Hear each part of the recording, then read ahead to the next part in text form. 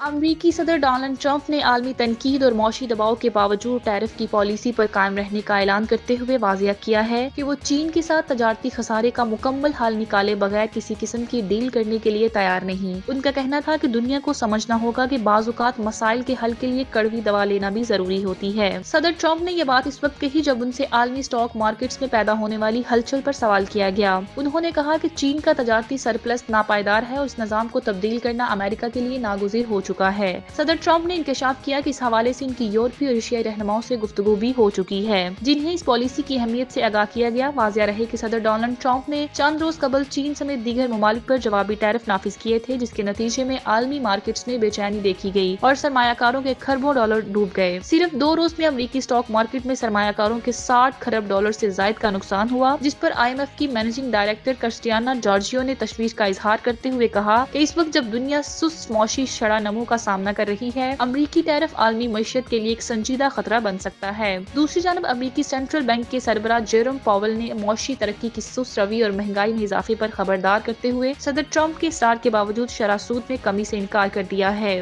جس سے ظاہر ہوتا ہے کہ امریکہ کے اندر بھی اس پالیسی پر اختلاف رائے موجود ہے۔ یاد رہے کہ صدر ٹرمپ نے چینی مصنوعات پر مجموعی طور پر 54% ٹیرف عائد کیے تھے، جن کے رد عمل نے چین نے بھی امریکی مصنوعات پر 34% ٹیرف لگا کر تجارتی جنگ کو مزید شدت دے دی۔ اس صورتحال نے نہ صرف امریکہ اور چین کے درمیان تعلقات کو متاثر کیا بلکہ عالمی معیشت کو بھی غیر یقینی دوراہے پر لا کھڑا کیا ہے۔